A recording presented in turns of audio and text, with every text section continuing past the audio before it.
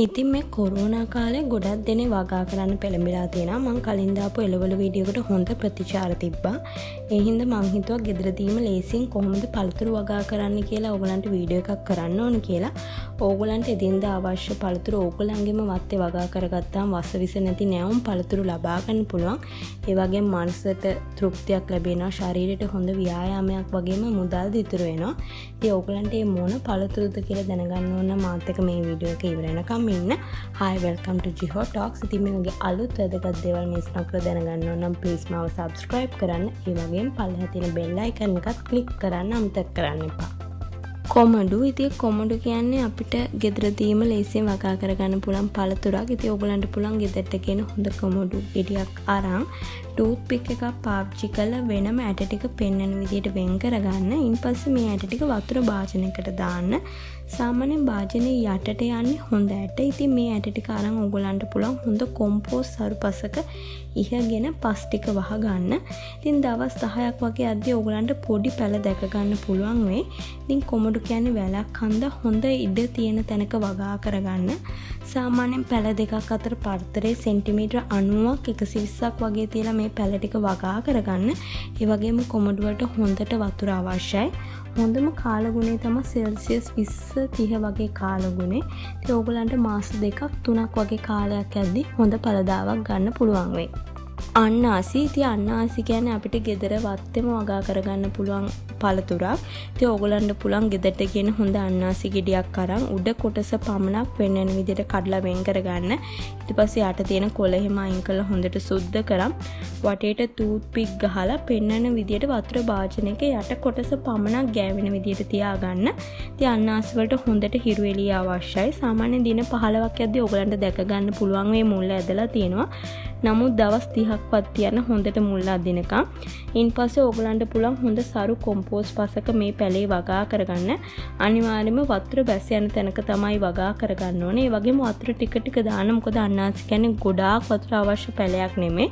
ඒ වගේම අන්නාසි වලට හොඳම කාලගුණය තමයි සෙල්සියස් 20-30 වගේ කාලගුණය. අලිගැට peer. ඉතින් අලිගැට peer කියන්නේ අපි ගොඩාක් දෙනෙක් කන්න ආස පළතුරක්. ඒ වගේම ඔයගොල්ලෝ දන්නවා අලිගැට peer වල තියෙන හොඳ කොලෙස්ටරෝල් කියලා.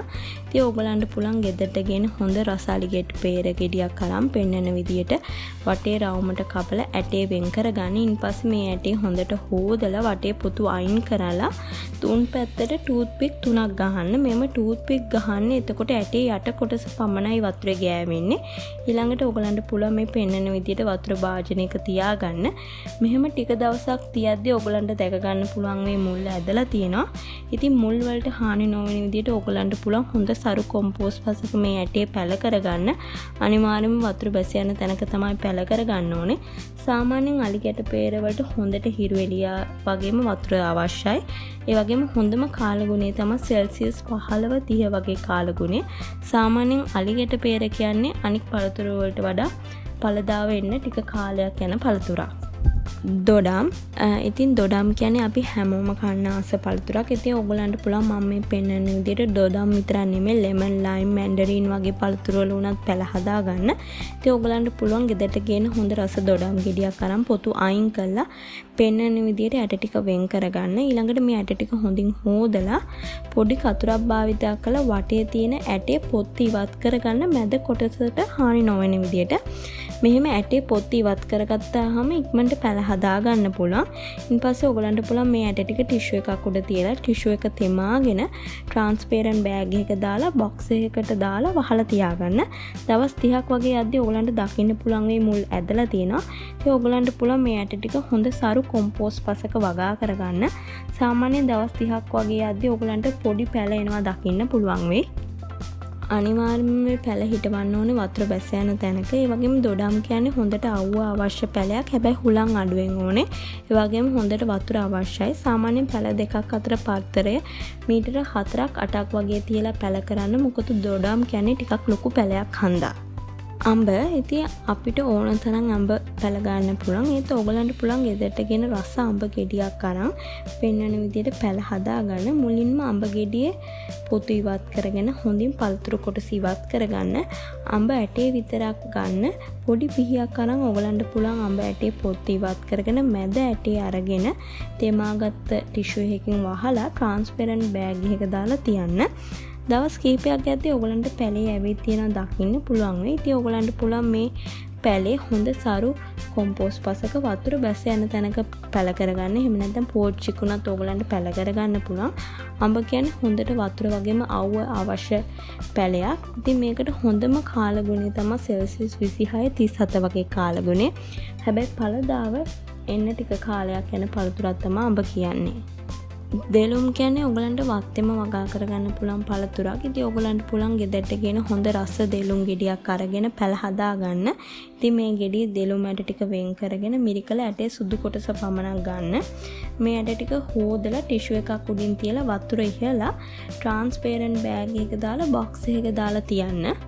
දවස් 9ක් වගේ යද්දී ඔයගලන්ට දකින්න පුළුවන් මේ මුල් ඇදලා තියෙනවා. ඊළඟට ඔයගලන්ට පුළුවන් මේ ඇට ටික පෝච්චි එක පැල කරන්න.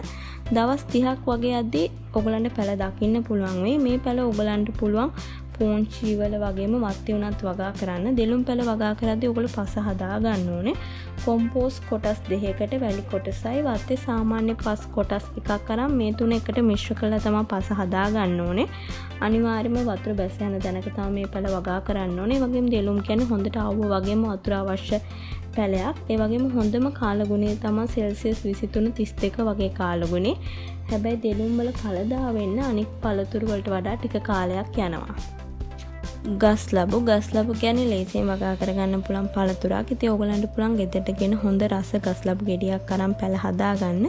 ඉතින් මේ ගෙඩිය ඇට ටික ඔයගලන්ට පුළුවන් හොඳට වතුර බැස යන සරු පසක පැල කරන්න. සාමාන්‍යයෙන් ගස්ලබු වලට හොඳට පොහොරව අවුව ඒ වගේම වතුර අවශ්‍යයි. ඒ වගේම හොඳම කාලගුණය තමයි සෙල්සියස් 21 32 වගේ කාලගුණය. හැබැයි ඔයගොල්ලෝ වගා කරලා තියෙන සීත කාලගුණයක නම් වතුර දාන එක අඩු කරන්න. මොකද මුල් මැරෙන්න බලනවා. සාමාන්‍යයෙන් ඔයගලන්ට අවුරුද්දක් වගේ කාලෙකින් හොඳ පළදාවක් ගන්න පුළුවන්. කෙසෙල් කියන්නේ අපිට ලේසියෙන් වගා කරගන්න පුළුවන් පළතුරක්. කෙසෙල් පැල අපිට ලේසියෙන් හොයා ගන්න පුළුවන්. කෙසෙල් මුලෙනුත් අපිට පැල හදා ගන්න පුළුවන්. කෙසෙල් ඇටවලිනුත් අපිට පැල හදා ගන්න පුළුවන්. ඒත් මන් දන්නේ ලංකාවේ කෙසෙල් ඇට ගන්න තැන් තියෙනවද කියලා. සාමාන්‍යයෙන් කෙසෙල් පැල මාස 9ක් 10ක් වගේ යනවා පළ දරන්න. කෙසෙල් වලට හොඳම කාලගුණය තමයි සෙල්සියස් 26 30 වගේ කාලගුණේ. මීට වඩා කාලගුණය අඩු වුනහම කඳ අලු පාට වෙලා කොළ කහ වෙනවා. ඒ වගේම අනිවාර්යයෙන්ම කෙසෙල් පැල හිටවන්න ඕන හොඳ සරු පසක වතුර බැස යන තැනක. සාමාන්‍යයෙන් කෙසෙල් වලට ටිකක් ඉඩ කඩ ඕනේ. ඒ වගේම වතුර අඩු වෙන්නත් බෑ වැඩි වෙන්නත් බෑ. සාමාන්‍ය ප්‍රමාණය තමයි වතුර දාන්න ඕනේ. මොකද වතුර අඩු හැරි වැඩි හැරි වුණාම කෙසෙල් පැල ඉක්මනට මැරෙන්න බලනවා. ඉතින් මං හිතලා මේ වීඩියෝ එක බලලා ඔයගොල්ලෝ ලේසියෙන් වගා කරගන්න පුළුවන් පළතුරු ගැන හොඳ අයිඩියා එකක් ගන්න ඇති කියලා. ඉතින් ඔයගලන්ට මොන හරි ප්‍රශ්න තියෙනවා නම් අනිවාර්යයෙන්ම කමෙන්ට් කරන්න. ඉතින් ඔයගොල්ලෝ මාත් එක්ක මෙච්චර වෙලා හිටියට thank you. මේ වගේ තව අලුත් වීඩියෝ එකක් අරන් මං ආයෙ හම්බෙන්න. ඉතින් ඔයගොල්ලෝ තාම මාව subscribe කරලා නැත්නම් please මාව subscribe කරන්න. ඔයගලන්ට සුබ දවසක්.